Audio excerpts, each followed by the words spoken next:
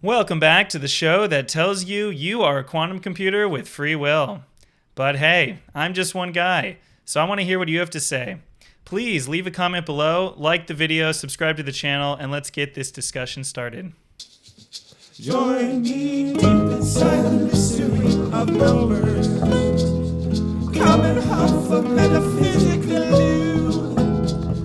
See how concepts become objects and then become qualia. Join us for an episode of Quantum Consciousness. Hi there, my name is Justin Riddle, and this is the 5th episode of Quantum Consciousness. And today we will be talking about digital computers. So to briefly recap a little bit of the important points from our previous episodes, I introduced Roger Penrose's three-world model of consciousness. The three-world model consists of 3 different worlds. The first world is the physical world, the world of what's measurable out in the universe, the physical objects that we see around us. The mental world, which is our sense of self, our emotions, our experience, the narrative flow through time. And then the Platonic world is the world of mathematics, of concepts, potentially the laws of physics, shared understanding, and potentially meaning. And then I introduced the 3 principles of quantum mechanics: measurement, superposition, and entanglement. And today we will be really diving into that principle of measurement in the physical world as we talk about digital computers. So that'll be sort of the take-home message, is really appreciating how digital computers really define the physical world and this concept of measurement. So more on that to come today. So to introduce this topic of digital computers, why do I find this important and meaningful? Well, first of all, I think it really is a simple and clear-cut example of what the three-world model is all about, because you'll see that Alan Turing, the founder of digital computers, described computers using 3 different aspects or components, and they feel really strongly analogous to the three-world model. So in some sense, it really kind of helps to digest this model. In another sense, when I was learning about consciousness, taking digital computer classes or taking computer science classes and learning about a digital computer was super foundational to my understanding of consciousness. And you'll see that we come back to digital computers again and again and again. So even though it's a bit of a complex topic, it really sets the groundwork for thinking about consciousness and thinking about our place in the universe. And a big part of that is really demystifying digital computers, because what I found in teaching my course on quantum consciousness, that again and again I'd have students that had some sort of magical, mystical concept of, artificial intelligence and digital computers are going to reverse engineer the human mind. And so really to have any discussion about consciousness and our place in the universe, I find that it's really helpful to build a common shared understanding of what a digital computer is, and then we can start talking about, the limitations of digital computers, what can they do, what can't they do, where, in digital computation can we describe phenomena of consciousness, and where are we unable to, and therefore we need to move beyond it into potentially quantum computers or additional concepts to get at, what we're talking about. So without further ado, I will introduce a digital computer. So Alan Turing defined a digital computer in this landmark paper. I highly recommend reading it. It's very accessible, easy to read. And he defines there as being 3 aspects to a digital computer. The first aspect is the store, and this is the capacity to store information, to hold bits of information, and we'll go into what that really entails, which is really the core of digital computers. The ability to manipulate information, and this is what he called the executive unit. Modern day terms would be sort of the CPU. And this is a central processing unit, which is somewhat analogous to the mental world in that it is transforming information and acting as sort of a central hub. And then finally, we have the control. And the control is really the sort of conceptual, mathematical, meaningful concept of what the computer is doing. So I'll expand on this in a moment. So David Marr also describes a digital computer as having 3 different levels of analysis on how we can understand an information processing system. And what are those 3 different levels? Well, at the physical level, we have the implementation. So in a digital computer, the implementation is in bits and in wires sending electricity, which we'll go into.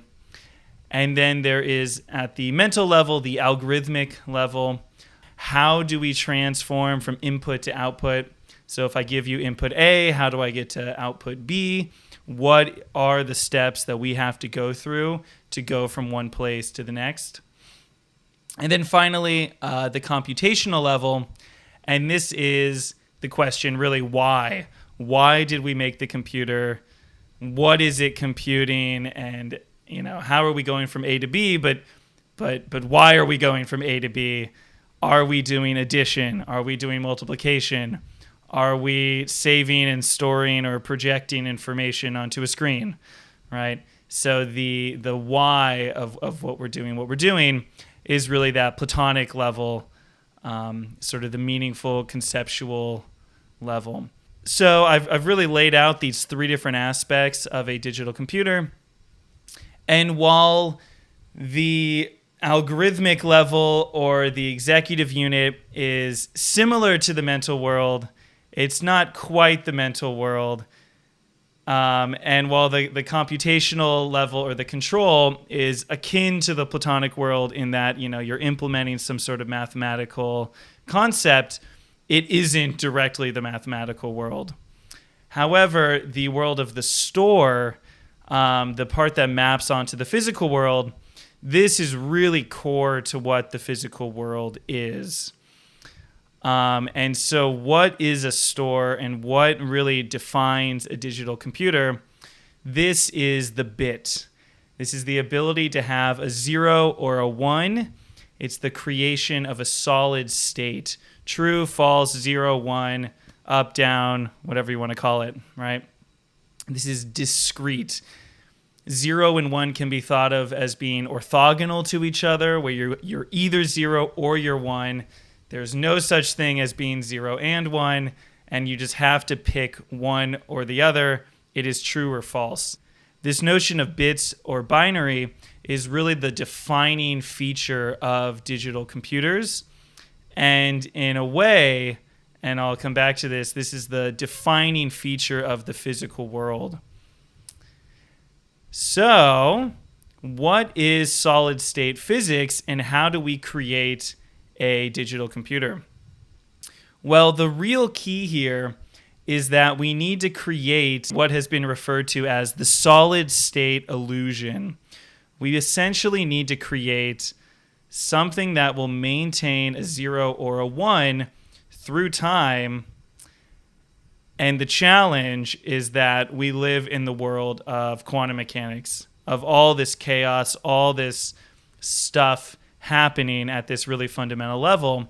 And so it's actually much more challenging than you would think to create a solid state. So I think a very simple analogy is I take a penny or some sort of coin. It has a heads and a tails. If I put it on heads and I leave it on a desk and I come back the next day, well, chances are the penny is still on heads from me putting it there yesterday. However, there could have been an earthquake. Someone might have come in and flipped the coin over, while unlikely. And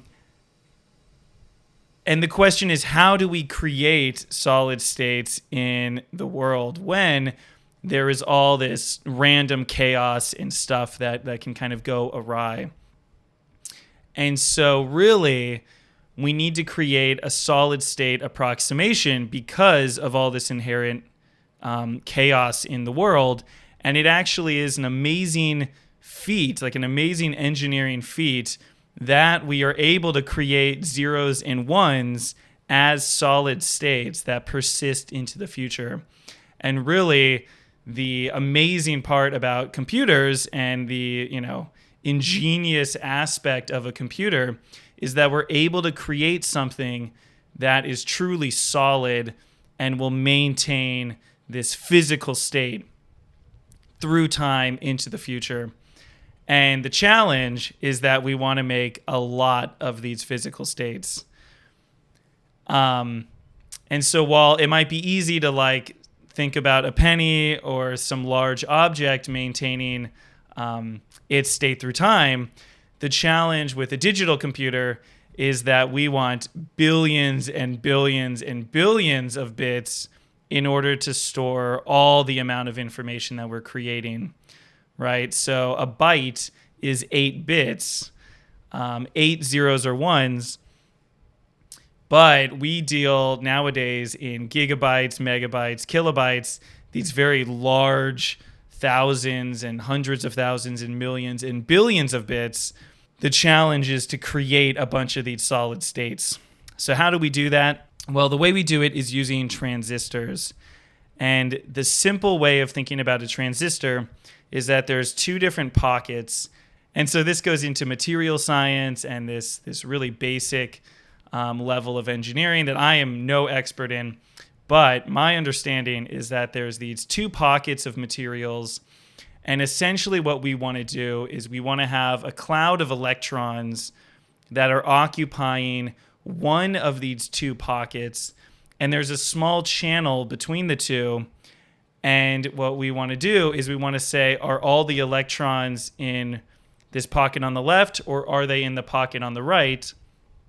The pocket on the left is a 1, pocket on the right is a 0. And then we need a way to be able to push the electrons over to the other side and then get them locked into there and then push them back, when we want to. And we want these pockets of electrons to be stable through time such that the 1 and the 0 are held separate and we can tell them apart. And so what's kind of amazing is that right now, these 2 pockets in these transistors are on the order of a countable number of atoms.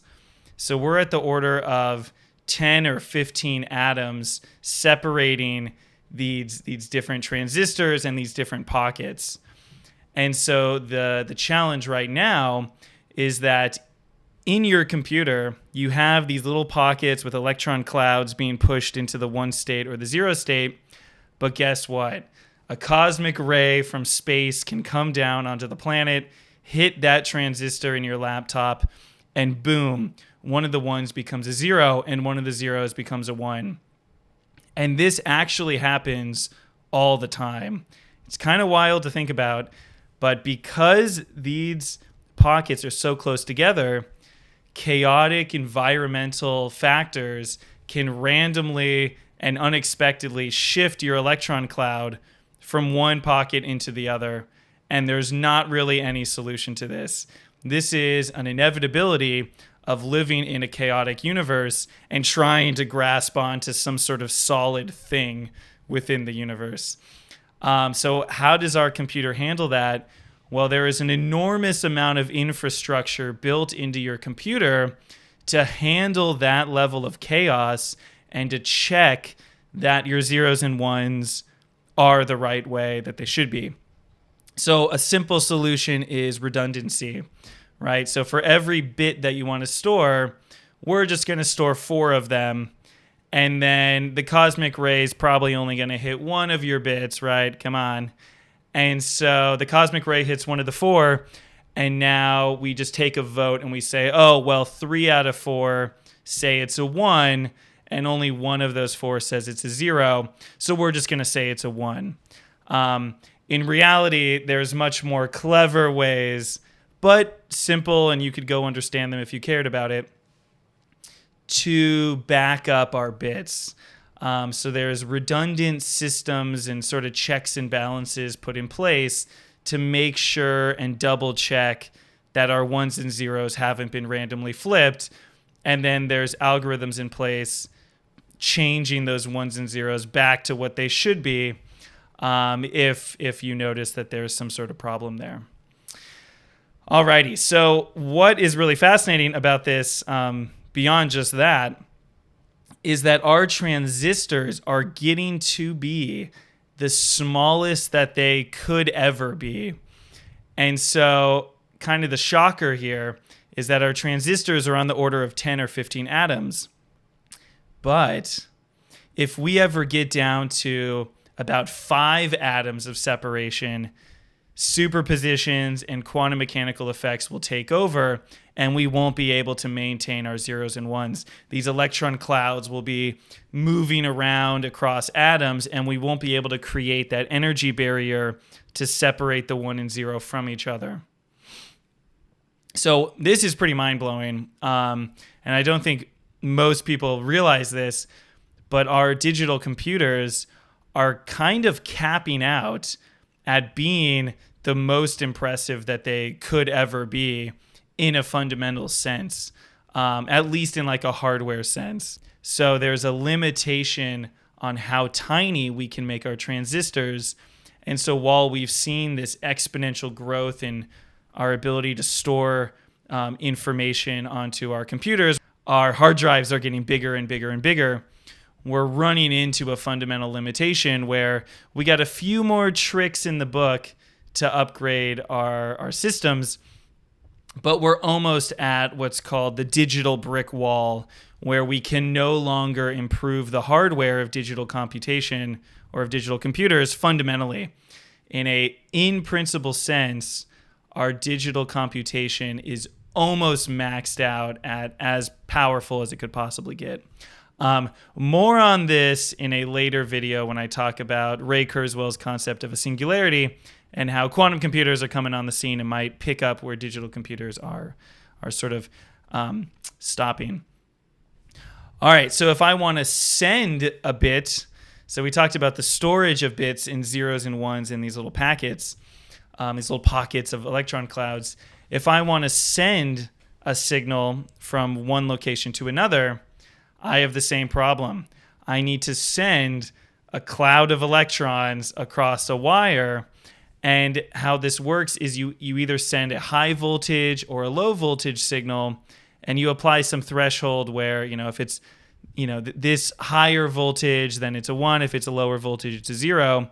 And essentially you're sending current along a wire, and you're hoping that you get, that your signal is transmitted and that the receiver gets the proper pattern of ones and zeros. But once again, the same thing can happen.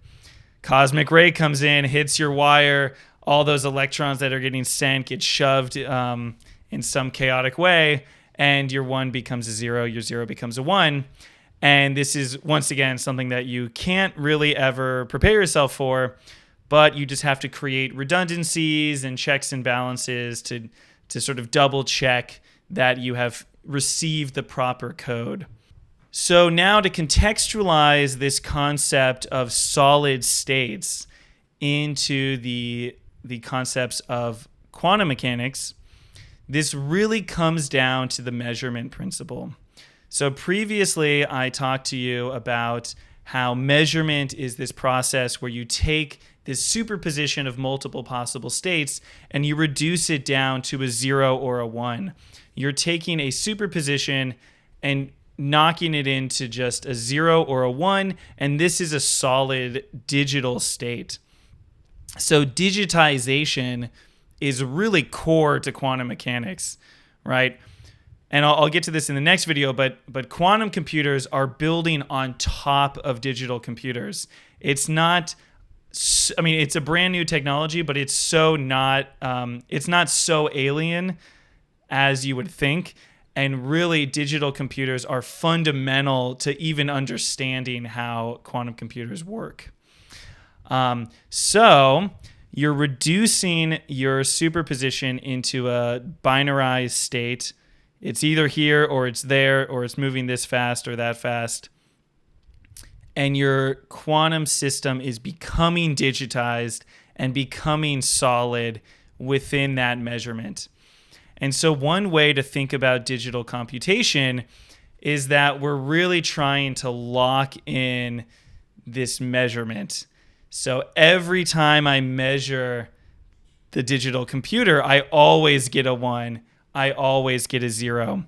It's as if it's a quantum computer that never changes or never evolves. So we're cutting out that chaotic evolution of states, and we're trying to reduce it to a single state.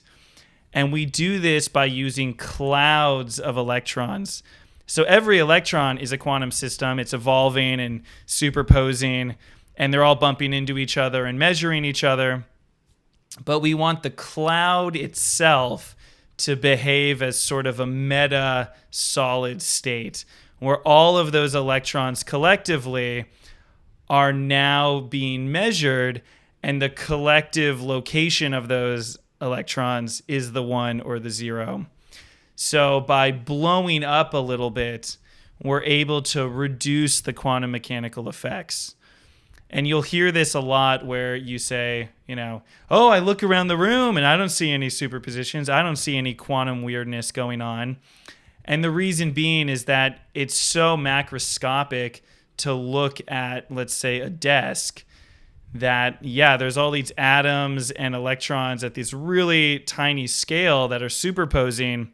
But by the time you blow it up to the level of a desk, it's now solid. And so it really is the same principle that's being utilized in a digital computer, where we want to create solid states, but we want to make them, it's kind of a paradox or like a challenge.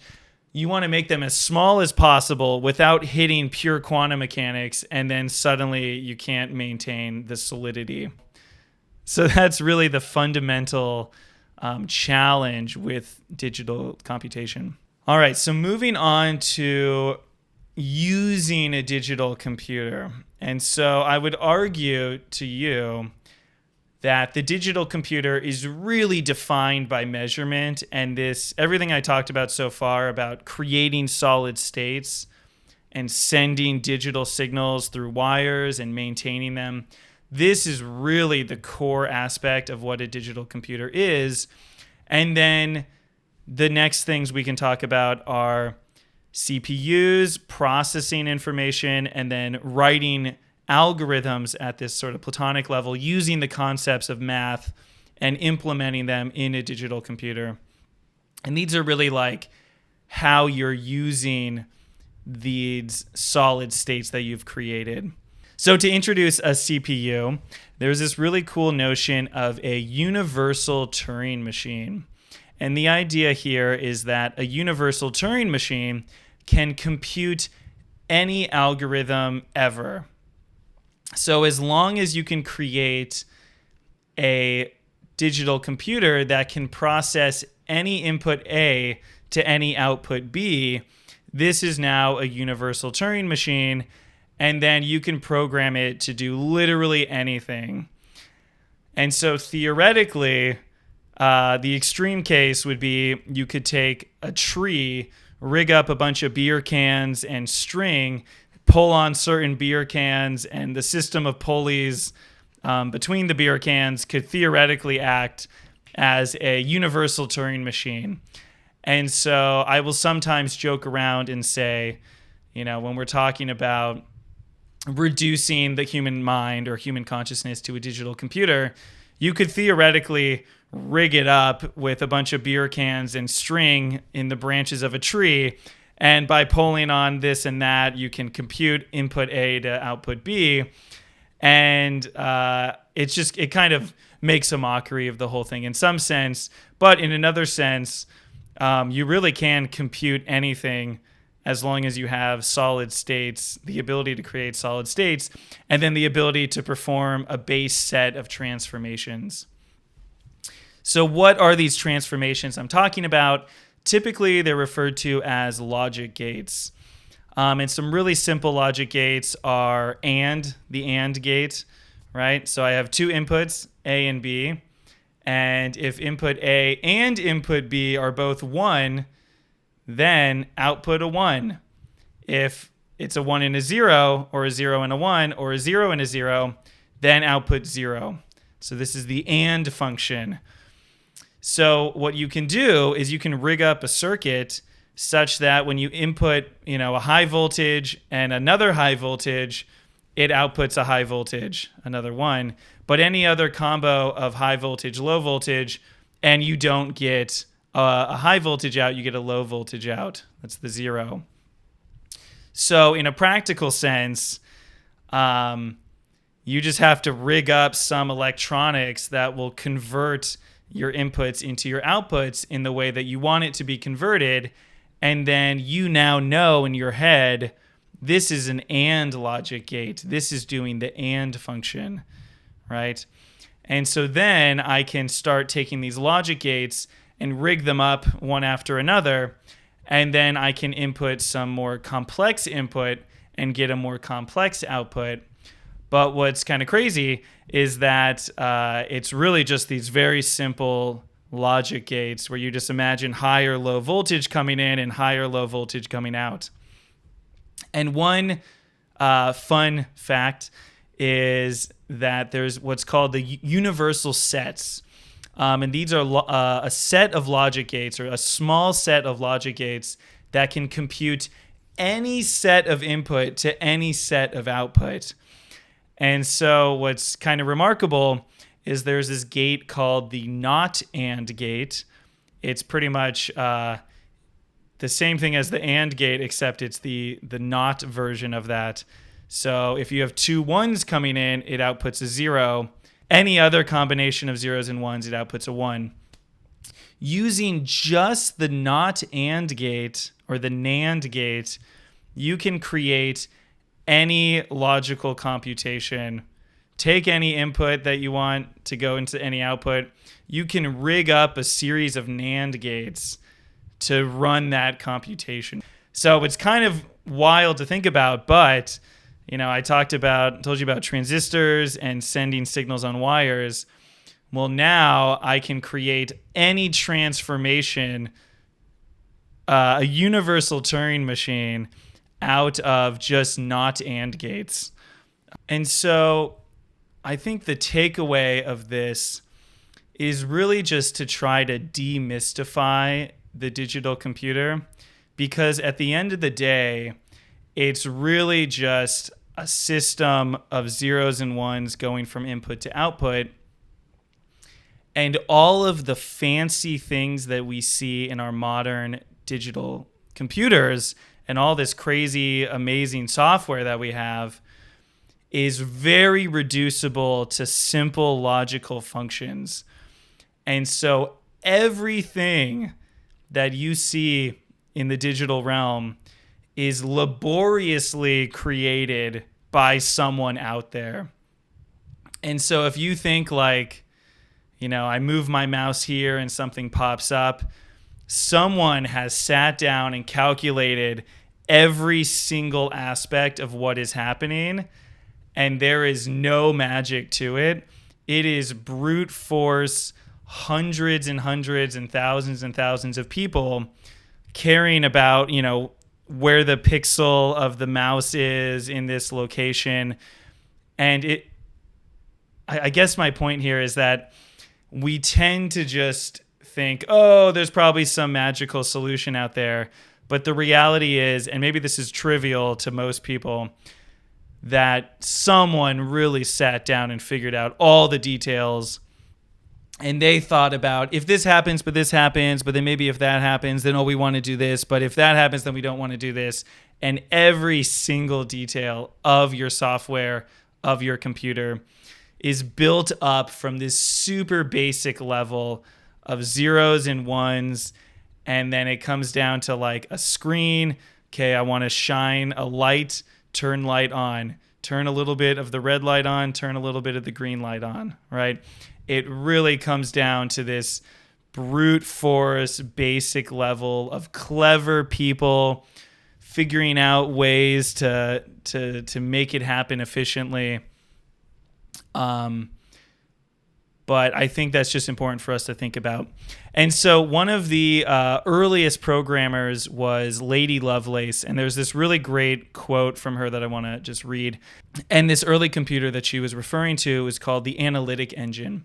And the quote says, "The analytic engine has no pretensions to originate anything. It can do whatever we know how to order it to perform."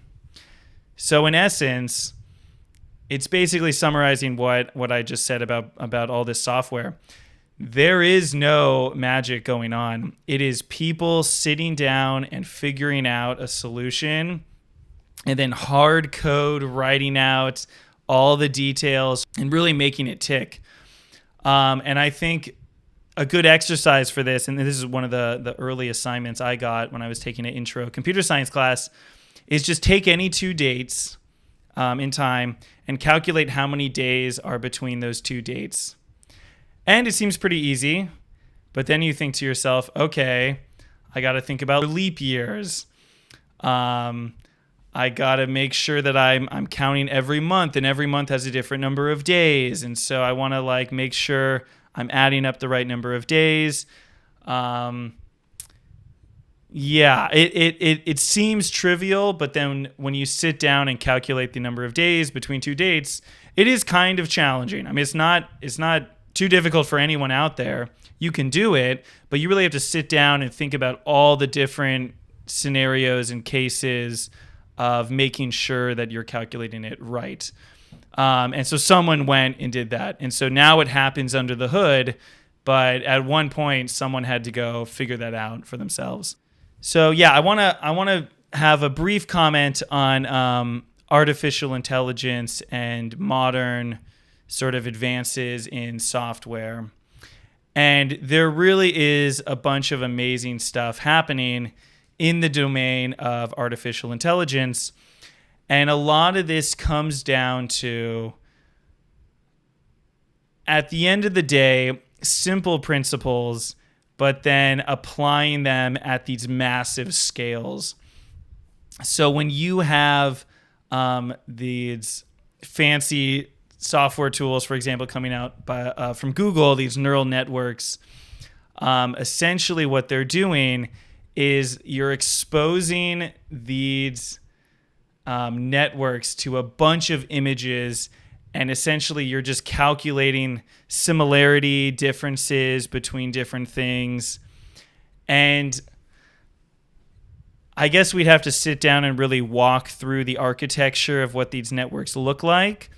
But at the end of the day, it's very simple mathematical principles of, if I see the same thing happening over and over, bump up this weight a little bit. If it's not working out, bump it down.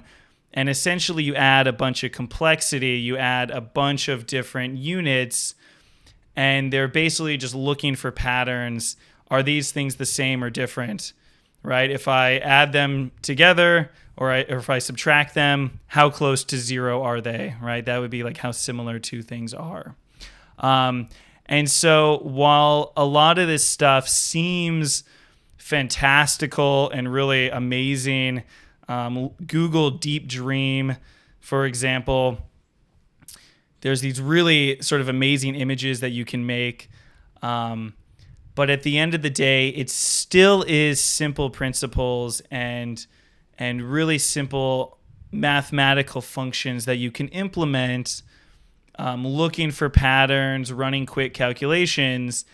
And this isn't to belittle those accomplishments, but more so to empower you to think about how you could go and spend the time and figure out how this stuff works.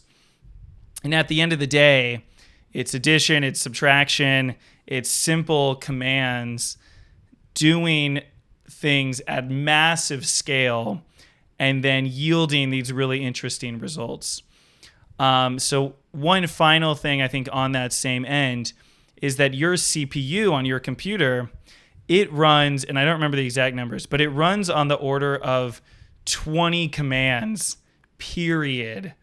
Everything that your computer does is just this central CPU doing one of 20 commands, and the commands are at the binary level of bits, right? Zeros and ones, shift the bits, shift it back, copy something, flip them, not them. You can run simple logical commands like and, or, XOR. And at the end of the day, it's logic gates running all of this stuff in your computer. And cell phones have even fewer commands. I think there's this reduced logical set where, and this might be different from when I first learned it, but it's on the order of 8 or 10 different commands that your phone is doing, and that's it. There's one of 8 commands happening in your phone, and granted, they happen about, a billion per second, so they're very fast, but at the end of the day, it is these very simple digital conversions through logic gates and then scaling them up to this massive scale, and we can do these really amazing things. And so, in a sense, we're taking these Platonic concepts or this software that we want to create, and then we're just making it happen.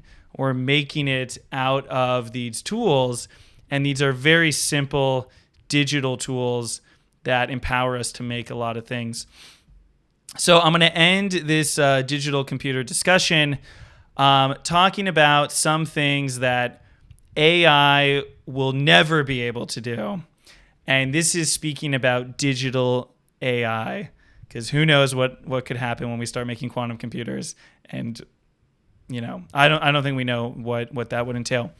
But there's been some really great books written on the topic, but essentially design, storytelling, empathy, the human experience, all of these things that are very human and core, these could never be outsourced to an AI.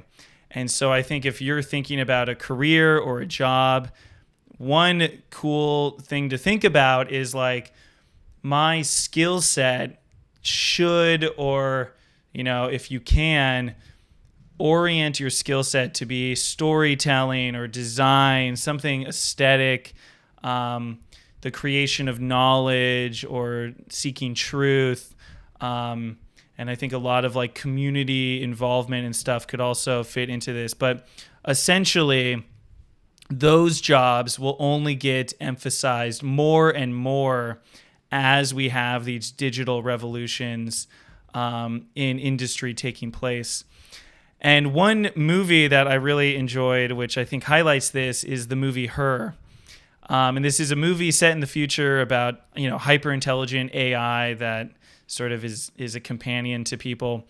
And I think one subtle thing about this movie is that if you realize all the people in the movie have really interesting jobs. And so the protagonist of the movie works for the equivalent of like Hallmark, and he makes greeting cards for people and basically cards for special occasions. And when you first see this, it's really bizarre to see him writing like a birthday card from a husband to his wife. And this guy, the protagonist, is writing the birthday card or whatever card it was from the husband to the wife. And you're thinking to yourself, that is bizarre, right? But I mean, Hallmark already does that. We already go to the card store and pick out a card. And so this really is like a natural extension of the card industry. And the card industry, is probably something that will survive through the ages because it taps into something uniquely human and fundamentally human about us, where we want to empathize and share feelings with other people. And so a market that enables that is going to persist into the future. And we'll probably see the emergence of jobs that we thought nowadays might not be sustainable or realistic. A lot of these more, I guess, like maybe fluffy, soft work is going to become more and more central. And another character, the love interest in the movie, she is working on a video game, but she's not just designing the tree in the background on level 7. She is making the entire video game from start to finish. And it's because the tools are so advanced that you don't need a team of software engineers designing the landscape in the background and all this really, maybe lower level work, grinding through the creation of background scenes, or making all these characters, NPCs in the background. So, and it really frees up the character to make the plot and the interface. And so, yeah, I think that movie is a really interesting take on what the future of, seeing digital computation out to its end. It's going to give us these really powerful tools that will enable the more humanistic jobs to really flourish. So I look forward to that future. So in conclusion, signing out, the digital computer really highlights that physical world. The bit, the binary, really exemplifies the measurement process in quantum mechanics. The executive unit is analogous to a central, processing cognitive mental state, which we talk about in the wave function of a quantum computer. Of course, it's not quite the same. And then there's the control over the digital computer. This is the why. Why is the computer doing what it's doing? This is mathematics. This is social media, the creation of a picture. All of these abstract concepts are being implemented in the digital computer, but the digital computer is a series of voltages at high or low, and electron clouds being shifted left or right. And so the digital computer is really only what we program it to do. And so the platonic level within the computer isn't actually the platonic world, but it's, humans programming it to do meaningful things. And so that control of that digital computer is platonic-like in that it is the embodiment of concepts or mathematics within a digital computer, although the digital computer has no understanding essentially of what it's doing. So more on those questions of epistemology in the future. And next week we'll go into the basics of a quantum computer and sort of compare those to a digital computer now that we understand the basics of that. Alrighty, signing off.